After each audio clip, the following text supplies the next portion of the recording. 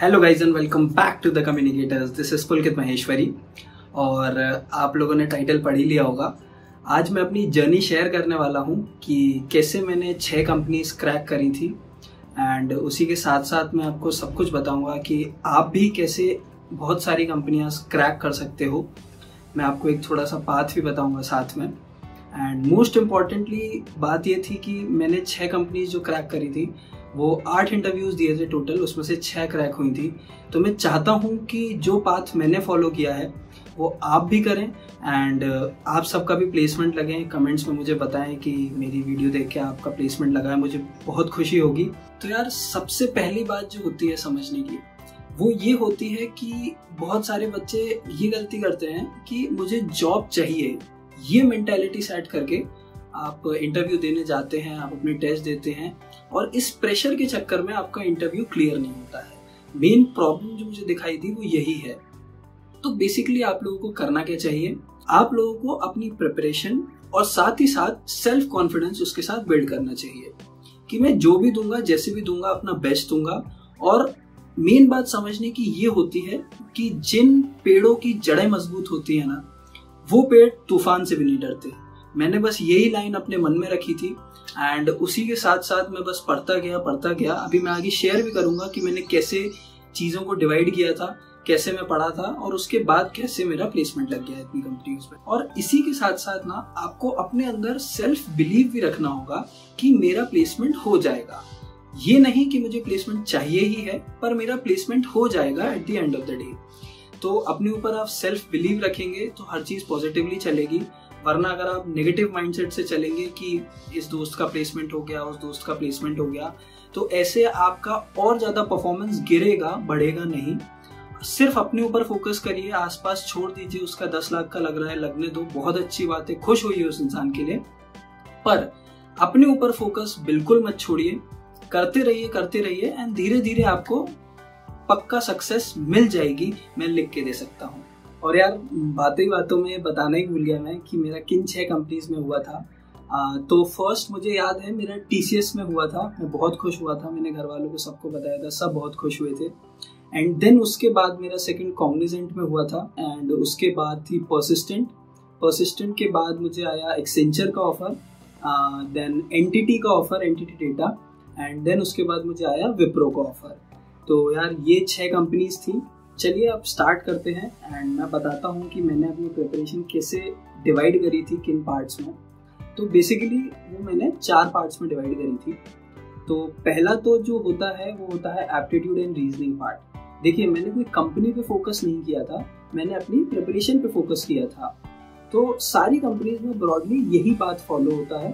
पहले तो aptitude test, second coding round, third होता है अपना technical interview and fourth HR interview या मैनेजरियल राउंड। तो सब कंपनी के हिसाब से होता है, पर बेसिकली इन 4 ही चीज़ों में डिवाइड होता है।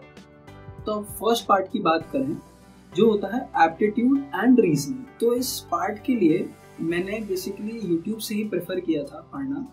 क्या टैलेंटियो और करियर राइट, मुझे याद है 2 चैनल्स। आप चाहें तो कहीं से भी पढ़ सकते हैं, पर मुझे ऐसा पर्सनली लगा कि अगर आप 3 महीने के लिए रोज डेली 2 घंटा करीब आप दे सकते हैं, 1 से 2 घंटा अगर आप दे सकते हैं अपने एप्टीट्यूड और रीजनिंग के लिए, तो ये दोनों चैनल्स इनफ हैं। आप 3 महीने में अच्छी प्रिपरेशन कर सकते हैं। अगर आपकी एप्टीट्यूड एंड रीजनिंग पहले से अच्छी है तो कोई दिक्कत की बात नहीं है, आप और भी कम टाइम में कर सकते हैं, पर मैंने एक एवरेज टाइम बताया है कि 2 से 3 महीने में आपका एप्टीट्यूड एंड रीजनिंग हो जाएगा इन 2 यूट्यूब चैनल से अगर आप पढ़ते हैं तो।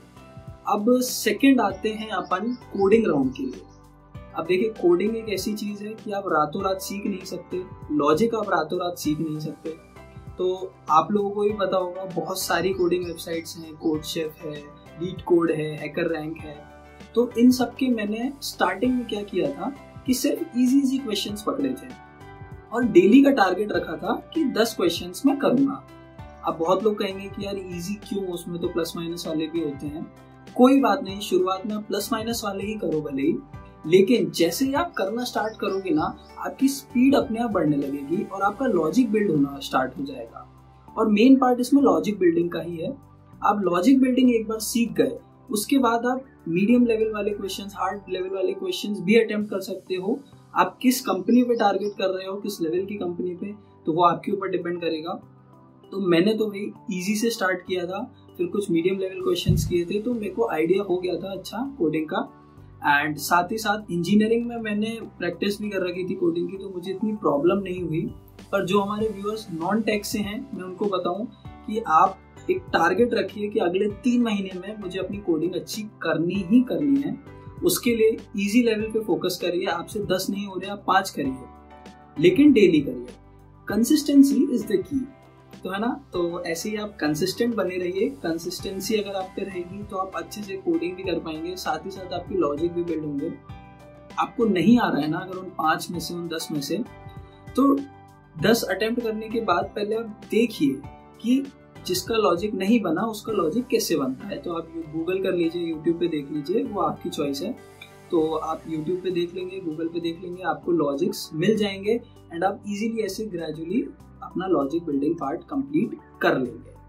और रही लैंग्वेज की बात, तो लैंग्वेज में मैं आपको बताऊं कि मैंने तो C++ प्रेफर करी थी, और मैं आपको एडवाइस दूंगा कि आप भी C++ करिए, क्योंकि उसमें पहले से प्री डिफाइंड फंक्शंस नहीं होते हैं। तो लॉजिक आपको खुद बनाना पड़ता है, एंड लॉजिक आप खुद बनाएंगे तो आपका ही लॉजिक डेवलप होगा।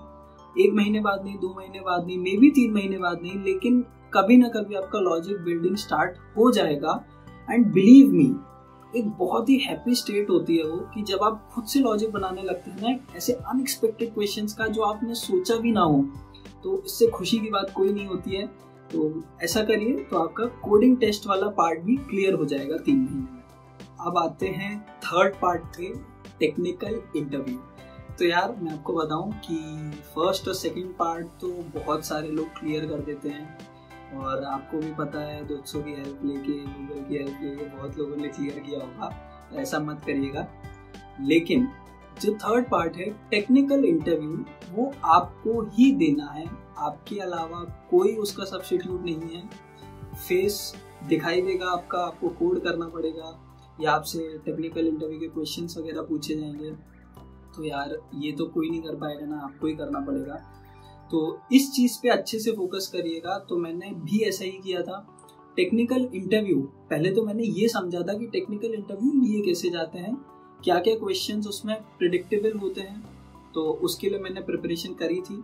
तो ले दे के मुझे ये समझ में आया था कि अगर आप एक सब्जेक्ट और एक कोई प्रोग्रामिंग लैंग्वेज, 2 चीज़ें अगर आप अच्छे से करके जाते हैं, अच्छे से मतलब काफ़ी अच्छे से, तो आपका टेक्निकल इंटरव्यू क्रैक होना ही होना है। आप मुझसे लिखवा लीजिए। आपको एडिशनल स्किल्स नहीं आती हैं, कोई दिक्कत नहीं है। अगर आपको साइड बाय साइड बहुत सारे बच्चे AI कर रहे हैं, ML कर रहे हैं, और लिंक्डइन पे डाल रहे हैं मैंने ये कर लिया, मैंने वो कर लिया, 50 सर्टिफिकेशंस कर लिए हैं, इन सब से कुछ नहीं होने वाला है। आपका कोर स्ट्रांग होना चाहिए। कोर स्ट्रांग है तो आपको सिलेक्शन मिलने ही वाला है। भले ही आपको ऐसा ना हो कि 12-15 लाख की सिलेक्शन मिले, लेकिन हाँ, अगर आप सिर्फ जॉब के लिए एम कर रहे हैं कि पहले मैं जॉब पा लूँ, उसके बाद अपनी स्किल्स अपग्रेड करके और अच्छे पैकेजेस वगैरह करूँ, तो यही तरीका आप अपनाइए। एक कोई सब्जेक्ट, एक कोई प्रोग्रामिंग लैंग्वेज, यही सीक्रेट है उसका। अब मैं वैसे क्या करता हूँ कि मैंने अपने बैकअप के लिए 2 सब्जेक्ट्स अच्छे से कर रखे थे एंड 2 प्रोग्रामिंग लैंग्वेज अच्छे से कर रखी थी। तो उससे क्या होता है कि यार, जैसे इंटरव्यूअर मोस्टली ये क्वेश्चन पूछता है कि आपको कौन सी सब्जेक्ट पसंद है, या आप कौन सी प्रोग्रामिंग लैंग्वेज में कंफर्टेबल हैं, कौन से टॉपिक्स आपके फेवरेट हैं। तो ये सब ले दे के एक ही क्वेश्चन पे आते हैं। आप बोलते हैं कि DBMS पसंद है, SQL पसंद है, या आपको डेटा स्ट्रक्चर्स पसंद है। तो सब आपके ऊपर डिपेंड करता है, आपकी चॉइस है, आप कुछ भी चूज़ करिए। लेकिन मैं बोलता हूँ कि आप डेटा स्ट्रक्चर्स या DBMS, SQL वगैरह में से बोलेंगे तो आपका वेटेज ज़्यादा होगा, क्योंकि आप पहले से उस चीज़ में साउंड होंगे जो इंडस्ट्री को रिक्वायर्ड है, कंपनीज को रिक्वायर्ड है। तो ऑब्वियसली इंटरव्यूअर आपको पहले सेलेक्ट करेगा ना। तो यार इसकी प्रिपरेशन के लिए भी कम से कम आपको 2 घंटा डेली देना ही पड़ेगा, तभी आप इतने सारे इंटरव्यूज क्रैक कर पाएंगे। और अगर आप नहीं क्रैक कर पाएंगे तो आपका मेन रीज़न ही वही रहेगा कि आपका कोर स्ट्रॉन्ग नहीं है। तो जैसे कि मैंने बताया, एक सब्जेक्ट और एक प्रोग्रामिंग लैंग्वेज अच्छे से। अब दूसरी चीज़ ये है कि इसका मतलब ये नहीं निकालिएगा कि सिर्फ मैं एक ही करके जाऊंगा, आपको और भी करना पड़ेगा। आपको अपने बीटेक की या आपने जो भी डिग्री करी है उसकी थोड़ा सा नॉलेज होनी चाहिए बेसिक। ऐसा ना हो कि कुछ और पूछ ले तो आप एकदम नंब हो जाओ वहाँ पे। ऐसा नहीं करना है अपन को। थोड़ी थोड़ी नॉलेज लेते चलिएगा, कहीं पे कुछ पढ़ने को मिलता है, कुछ समझ में आता है तो वो करते चलिए। तो ऐसे आपका टेक्निकल इंटरव्यू अच्छे से निकल जाएगा। और जो आपने कोडिंग राउंड में पढ़ा था ना, वो आपका टेक्निकल इंटरव्यू में यूज आने वाला है, क्योंकि कोडिंग लिखवा लेते हैं। अगर आप कम पैकेज के लिए अप्लाई कर रहे हो तो नहीं लिखवाएंगे कोडिंग, लेकिन थोड़ा सा पैकेज बढ़ने लगता है तो कोड लिखवाना स्टार्ट कर देते हैं वो। तो कोड आप उस राउंड के लिए प्रिपेयर करेंगे, इस राउंड के लिए अपने आप ही हो जाएगा। तो अच्छी बात है ये। तो अब बात करते हैं फोर्थ पार्ट की, which is the HR round. तो यार HR राउंड के लिए पहले तो आप ये समझिए कि आपका रेज्यूमे बहुत स्ट्रांग होना चाहिए, अच्छा होना चाहिए और क्लीन होना चाहिए। क्लीन से मेरा मतलब है कि उसमें फालतू झूठ नहीं होने चाहिए। मैंने देखा है बहुत बच्चों को झूठ लिखते हुए, कुछ भी फेंकते हुए, I love reading books, I love swimming, I love ice hockey, चाहे पता ना हो कि आइस हॉकी के प्लेयर्स कौन से हैं। एंड खासकर जो मुझे ज़्यादातर दिखाई देता है, आई लव रीडिंग बुक्स। अब भले ही लाइफ टाइम में एक बुक पढ़ी हो और उसको लिख दिया उधर हॉबी में, तो यार इससे क्या होता है कि इंटरव्यू पे गलत इम्पैक्ट पड़ता है। HR राउंड बना ही क्यों है? आपका बिहेवियर टेस्ट करने के लिए, आप कितने सच्चे हैं, झूठे हैं, आपने क्या क्या लिख रखा है उसमें। क्योंकि देखिए, अगर आप HR तक पहुंचे हैं ना, तो आपका क्लियर तो हो ही गया है। आप ये समझ लीजिए 90% चांसेस हैं आप सिलेक्टेड हैं। 10% आप इसलिए नहीं होंगे कि आपकी कहीं ना कहीं अंडरस्टैंडिंग में कमी है, कन्वर्सेशन में कमी है, कम्युनिकेशन में कमी है। तो ये सारी चीज़ें तो आपको अपने आप ही करनी होंगी, उसमें कोई कुछ नहीं कर सकता है।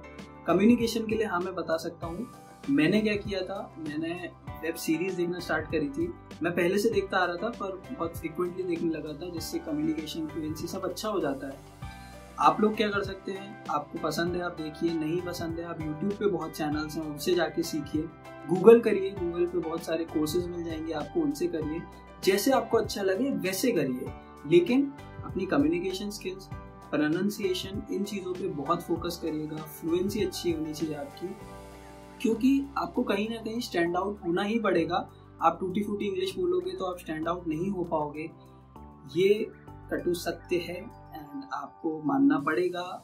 इंडस्ट्री ऐसे ही चलती है, बहुत सारे लोग परेशान रहते हैं, आई नो, बट ना मैं उसमें कुछ कर सकता हूँ ना इंडस्ट्री कुछ कर सकती है। आपको कम्युनिकेशन पे वर्क करना ही पड़ेगा। और रही HR राउंड्स के क्वेश्चंस की बात, तो मैं आपको एक इजी ट्रिक बताता हूँ। गूगल करिए HR इंटरव्यू क्वेश्चंस, पहली दूसरी तीसरी जो लिंक आया उसके क्वेश्चंस को रीड करिए। आपको पहली बात तो ये आइडिया लग जाएगा कि किस टाइप के क्वेश्चंस आते हैं, और दूसरी चीज़ आपको ये भी पता लग जाएगा कि उसके आंसर्स कैसे देते हैं, मोस्ट इम्पॉर्टेंटली। तो आपको पता चलने लगेगा कि पॉजिटिवली आंसर कैसे दिए जाते हैं किसी भी चीज़ का। आपको नहीं भी आती है तो पोलाइटली डिनाई कैसे किया जाता है किसी चीज़ को। ऐसे नहीं कि अड़ गए किसी बात पे, नहीं आता है नहीं आता है, ऐसा नहीं होता। आपको पोलाइटली डिनाई करना भी आना चाहिए, एक्सेप्ट करना भी आना चाहिए कि आपने कुछ गलत बोला है, कैसे होता है, सब आपको गूगल पे इसके आंसर्स मिल जाएंगे। मैंने वहीं से ही पढ़े थे और मैं कोशिश भी करूँगा आगे कि इन सब पे वीडियोस बनाऊँ। आपका रिज्यूमे कैसे बनता है उस पर भी वीडियो बनाऊँ, और मैं पक्का बनाऊँगा, आप देखिएगा। और दूसरी चीज़ ये कि कूल माइंड से दीजिए HR इंटरव्यू, क्योंकि कहीं ना कहीं आपकी कामनेस हेल्प करती है। जो लोग पैनिक करते हैं वो गलत जवाब देते हैं, तो एकदम कूल माइंड से जाइए। और आपने भी ये चीज़ नोटिस करी होगी डेफिनेटली, और मैंने भी ये चीज़ नोटिस करी है कि जो लोग ज़्यादा टेंशन में इंटरव्यू देते हैं ना, उन्हीं का ही सिलेक्शन नहीं होता है। आपने ऐसे बहुत एग्जांपल्स देखे होंगे, आई एम श्योर, और मैंने भी देखे हैं कि जितना आप कामनेस से देंगे उतना आसानी से आपका सिलेक्शन हो जाएगा। तो प्लीज़ इस चीज़ को फॉलो करिए।